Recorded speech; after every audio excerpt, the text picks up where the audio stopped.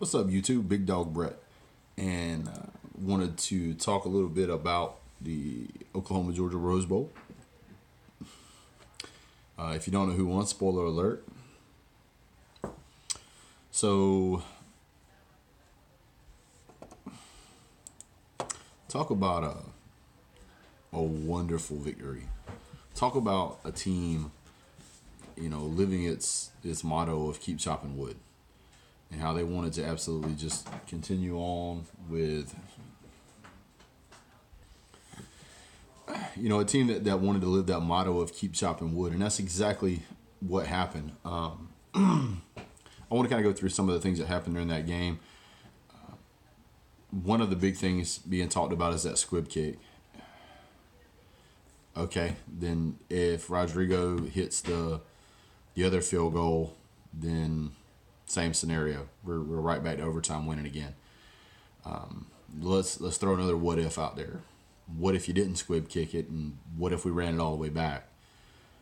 I mean, the guy that's back there certainly has the capability and the speed to do it. So you can't just throw that out there as a gimme. What if you kick the ball deep? We get the ball with 1 second left, and we just do an out route, a go route, and we, Jake Fromm hits the guy, and it's a touchdown. I mean, you can what if that stuff all day. So, you Oklahoma fans that are living under the delusion that would have saved or cost you the game, that's ridiculous. There's so many other things that went on during that game, on both sides of the ball. If you want to play the what if game, okay, what if Sony Michel didn't cough the ball up and you guys take that in for a touchdown? We wouldn't have been tied up again in the second half.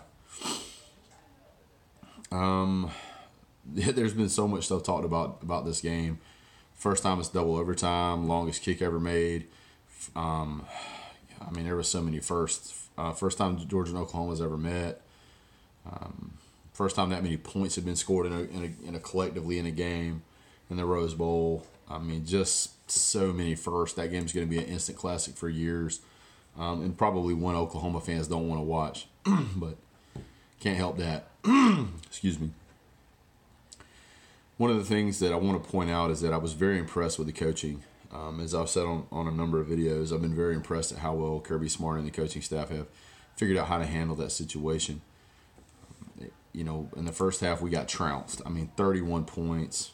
Nobody wanted that. Nobody really expected to see that. And you could tell that the Georgia defense was a little stagnant. The offense kept pace. Offense kept us in it, especially in the second half of the game. Where we kind of caught a rhythm. But that first half of the game, the offense was a little bit slow, the defense was a little bit slow, and Baker Mayfield was carrying his team. Then the coaching happened, where Georgia made the change at half, Oklahoma didn't. Georgia came out there and put up 28 points in the second half in offense. Oklahoma only put up 7 points of total offense in the entire second half of that game. One of those touchdowns was because Sony Michel coughed up the ball, which he redeemed himself, obviously, because he scored the game-winning touchdown, walk-off touchdown, in the second overtime. But the other thing I was really impressed with is that Georgia was able to keep pace, keep speed, keep up with Oklahoma, who's supposed to have this huge, dynamic, high-powered offense.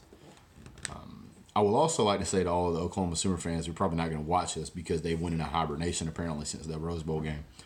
Some of those guys were doing, talking all kind of trash in the comment section. And after the game was over, I jumped back into the comment section and I started handing it back. I'm a classy guy, but sometimes I'm not the classiest guy, and especially when you get in there and you start, making personal attacks and just getting way too into it. I'm going to come back and say, hey, what happened to your team? Yeah, we beat y'all. What's up now? I'm going to hand that back. And you guys were like ghosts. I think maybe 2 people said something back out of the 300 or 400 that was running off at their mouth.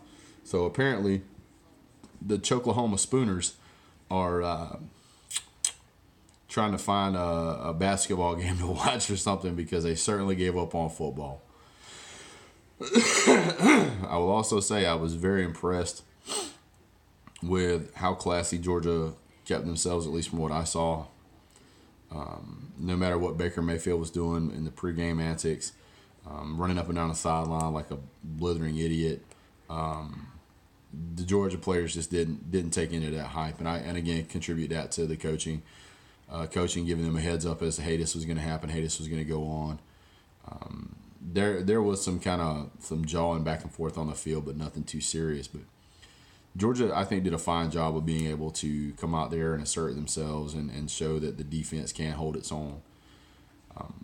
For all you Oklahoma fans that are sitting out there saying that we're saying that the SEC is overrated and overhyped, what do you think now?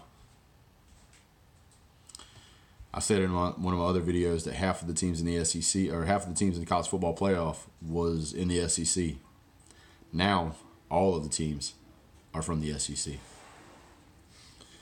Georgia and Alabama. All right, I got a video coming out about that, so you guys will be able to watch that pretty soon. But I didn't predict the game would be this high scoring of a game. I don't think anybody did. I think most of us predicted the games were going to be about half of what they are. I thought that our offense was going to perform the same way it did in the second half. I thought they were going to perform that way in the first half, but apparently they were a little rusty.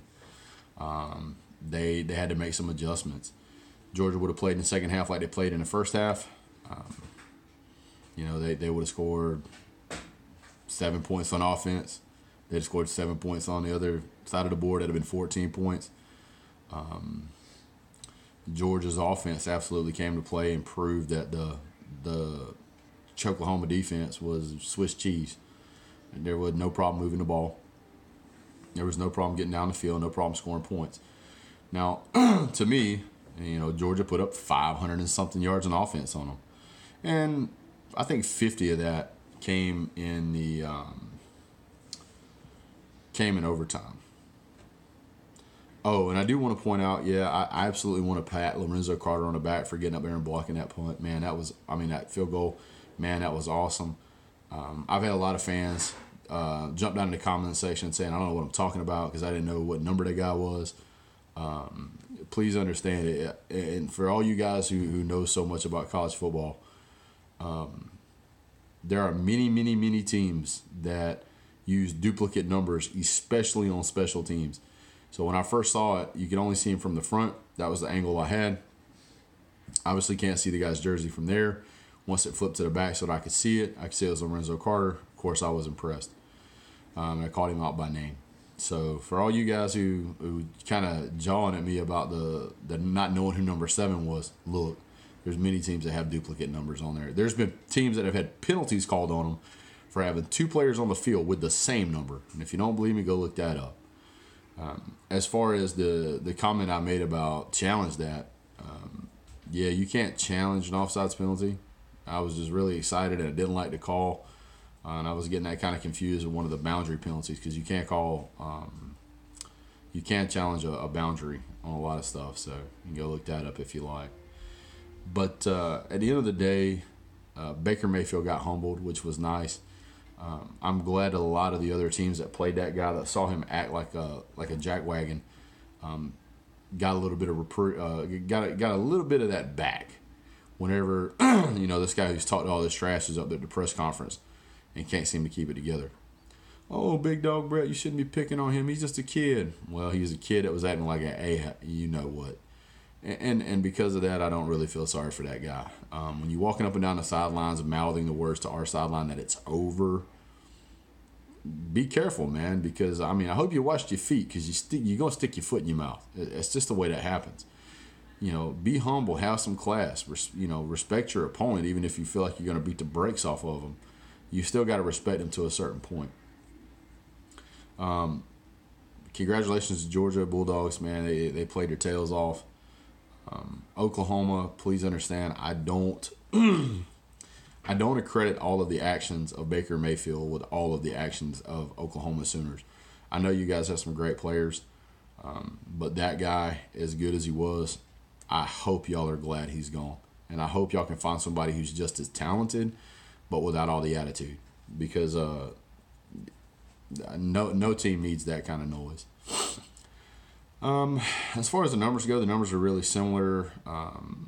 Oklahoma's passing was 289, Georgia's was 210, so about an 80-yard difference. If you jump down to the rushing, Georgia 317, Oklahoma 242, about an 80-yard difference. So really, really similar amount of yards. I think the total gap between the yards was every bit of like 5 yards at the end of the game. But what it came down to was special teams, and it came down to being able to perform when it needed to get.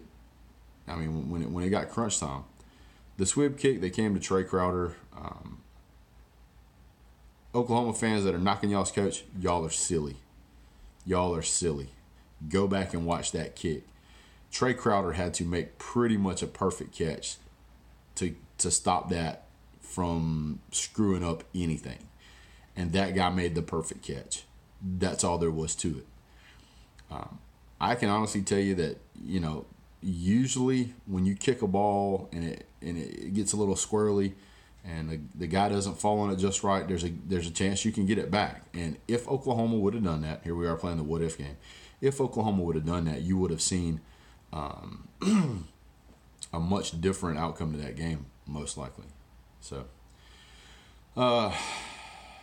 Oklahoma, we got the number 1 spot now. We got to play Alabama. I'm much more worried about Alabama than I am worried about, or was worried about y'all. If you don't believe me, go back and watch my videos. Thanks for a absolutely amazing, unbelievable, instant classic Rose Bowl. You guys were a hell of an opponent. You guys never gave up either. But at the end of the day, them dogs on top. So don't take it personal. It's just business. Or take it personal. I don't care. If you want some more, come back next year. We're not gonna rebuild. We're gonna reload. We'll be back next year. Thank all you guys for watching. You Oklahoma Sooner fans. If there's any of y'all out there watching, I